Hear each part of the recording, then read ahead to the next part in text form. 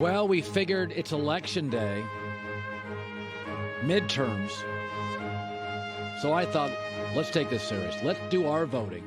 Let's do our part, Jason McIntyre. Are you ready? I'm going to cast my votes. I got very excited. Are we ready to go?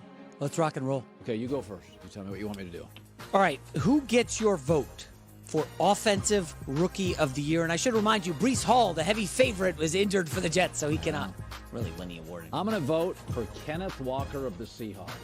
Do you know he leads all players in the NFL with 6 touchdowns in the fourth quarter? Ooh. For a rookie, worn down, wearing down, not a chance. The Michigan State star has been a huge part of the resurgence. 2 rookie tackles. Kenneth Walker, he is fun to watch. Pretty good player. Yeah, pretty good player. Who gets your vote for Defensive Rookie of the Year? This is an easy one. This is a layup, Colin. I hope you vote the right way. Sauce Gardner, who may be the best corner in the game. Woo! 13 passes defensed, leads the NFL. He is the second highest graded corner in the league. By the way, this division, I got Stephon Diggs. I got those Miami guys. It's not like he's asked to just sit and watch the run game. Yeah. He is taking on stars in this league. He's really fun. Yeah, I mean, he was immediately, the minute he got into this league, the first week as a Jets fan, you're like, oh, we've found an all-time great player to position. Yeah. He's that good. It's exciting. All right, let's go to Offensive Player of the Year. This is tough. I hope you don't do what I think you're going to do. I'm going to go with Tyreek Hill of the Dolphins. Oh, wow. I think he's been incredible. That's a Most shocking receiving yards through 9 games in the Super Bowl era. And by the way, he just got to the team. New quarterback, new coach. Schedule hasn't been easy. Leads the NFL. Not only leads the NFL in yards over 1,000, he leads it by almost 250 yards. Yeah. So nobody is close to his impact right now, to me, individually. Tyreek Hill. And that's with at least 2 games with like the backup or the third string quarterback. Yes. All right, Defensive Player of the Year. Now, I don't know if you can vote for Sauce Gardner again, but Micah Parsons, Dallas Oh, Cowboys. yeah, that's an easy one. I mean, let's be honest. Leads the NFL 4 games, multiple sacks, 8 sacks, 20 pressures. And here's the thing.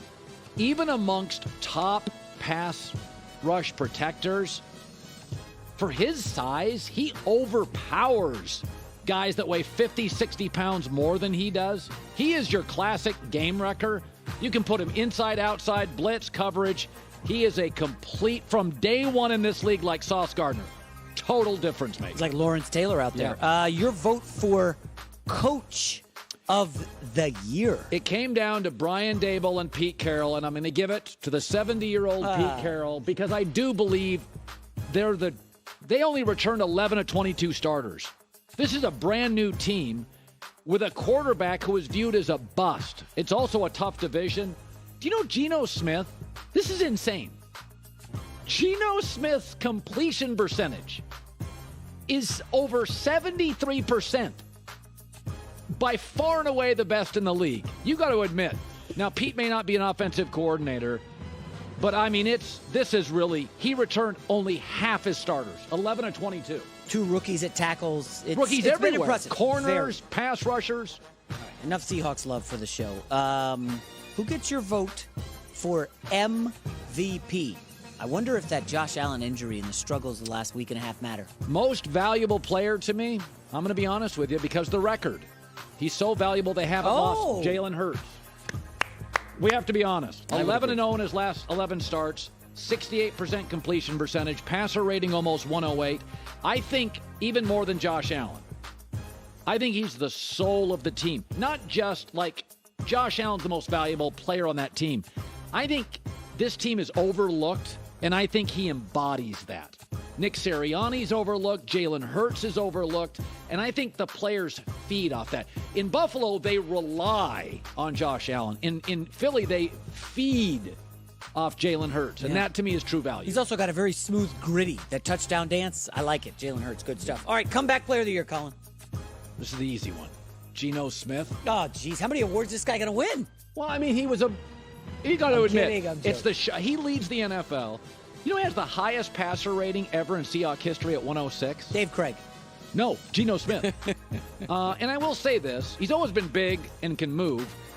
But when people have called you a bust and you've been a backup, how you got to get your mind right to be the guy. And I don't know. I've seen him have a couple of plays this year when you're like, he's reverting back to Geno. And then the next drive, he flips it immediately, goes down the field. That's real composure. He couldn't have done that 6 years ago. Like, he's really grown as a human being. Pretty cool to watch. Yeah. All right, who gets your vote for who will finish with the most regular season wins? It's very schedule dependent. Yeah, you predicted this very early. It's the Eagles. I mean, you said in week 2, you're like, Colin, who do they play? Now, I will say their division is tougher than we think. But here's the thing I like about Philly. They're a balanced team. Unlike Buffalo, they can run it, they can pass it, they play defense, they have a pass rush. I feel like Buffalo is one of those teams. Buffalo's talented but not balanced. I think Philadelphia right now is the most balanced team. Straight drop, RPO, he can run, he can throw. But by the way, the tight end weapons they have, now they've added receiving weapons. This offense is a handful. Miles Sanders. He's a good running back. All right, who gets your vote for the team that will finish with the fewest regular season wins? Currently, I think it's the Texans. Texans. Yeah. So Davis Mills, although he has moments when he's protected, he's 3-15-1. They have the lowest projected win total. Only thing they have going for him, it's a wonky division. But, he probably, Davis Mills is probably a really talented backup. He throws a nice ball. They have a real Pierce, love him. That was the Florida running back. He's on my fantasy team. I know you care. But he wasn't used as much at Florida as you think based on what we see in the NFL, but I'd say Houston. Oh, this is an interesting one. Who gets your vote for the California team that finishes with the best record? Gavin Newsom. What team? 49ers, because they're getting healthy. Yeah. They're getting Debo back. They're getting Elijah Mitchell back, Kyle Juszczyk back. The Rams, as you've noted, they're hard to watch. Ugh. They just have nothing left at all. So that's just, and the thing about the Chargers is I like them, but man, I don't trust them. Yeah. I don't trust the Chargers. All right, let's go to another state. I got a lot of relatives watching in Florida. Your vote for the Florida team that finishes with the best record. Don't say the Dolphins, dude. Duh. Not DeSantis. Duh. Dolphins. Come on. Listen, the December schedule is brutal. They're scoring a ton of points. What do you want me to do? They added Bradley Chubb, which I think is like totally. We all know Bradley Chubb's good, but that was the one thing I got a call from somebody in the league. And we were talking about the trade deadline. He goes, does everybody understand how good Bradley Chubb is? He's like, that is a huge get for that organization. And he is. I mean, he didn't show it against Justin Fields, but I digress. All right, we got to get to the last one because it's very important. Who gets your vote for the New York team, not named the Bills, that finishes with the best record? Give this some thought, Cowherd. You already snubbed one New York team in the Herd hierarchy. Well, the Giants. No, I mean, their only losses are to the Seahawks in Seattle and the Cowboys. And I think Daniel Jones is growing, and I think Zach Wilson, they're hiding him. That's growing like as a player or as his height? What is he growing? I believe that Brian Daboll trusts Daniel Jones much more than the Jet staff trust Zach Wilson. I would agree. And I think Daniel Jones has limitations, but remember when he first came in the league, he was very turnover prone, fumble prone. Like 4 years. He doesn't feel, I don't know what the numbers say, but he doesn't feel like he's that much of a liability anymore. So, and by the way, the Giants, go look at the Giants' upcoming schedule. Hi, everybody. Thanks for watching. Subscribe here to get the latest from the show.